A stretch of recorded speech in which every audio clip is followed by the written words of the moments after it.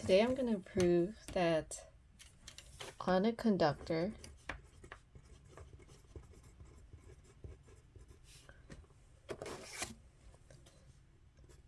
excess charge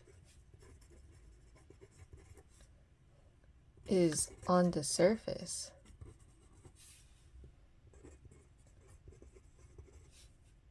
of that conductor.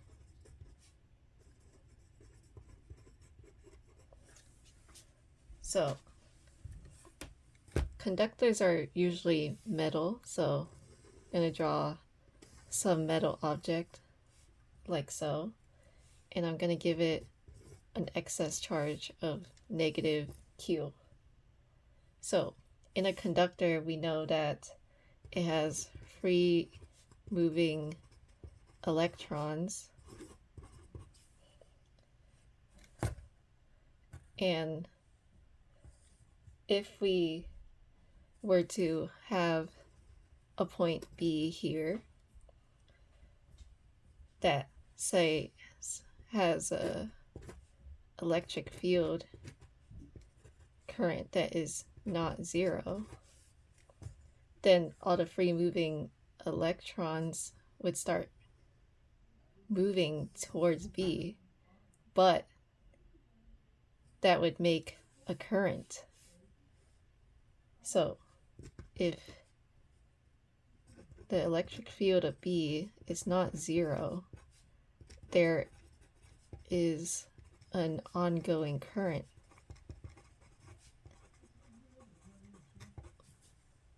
But here's the thing. We shouldn't have an ongoing current because this is a electrostatics problem. This is an electrostatics problem. Electrostatics problems don't involve ongoing currents.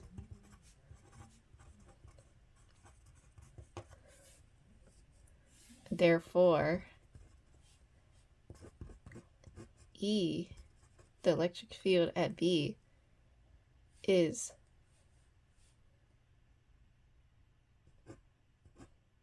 should be zero.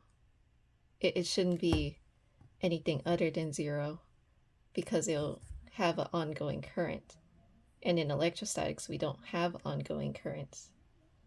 So the electric field at B is zero, and it is true for any other points anywhere on this object. It should all be zero. So the E field should be zero for all points. Now, let's go to Gauss's law. So if I were to draw a Gaussian's surface, sorry, I don't know how to say it, in purple, this is the surface. And if I were to write the law out, the equation, the electric field times the area times cosine theta is equal to the charge inside over epsilon 0. I've already said that the electric field at all points is equal to 0. So if we substitute this in, this whole side is 0. Then that would leave us with Q enclosed over epsilon 0 is equal to 0. So Q enclosed is 0.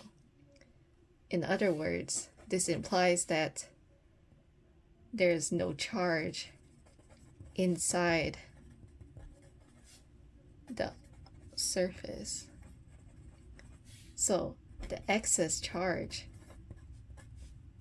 of negative Q must be outside or on the surface.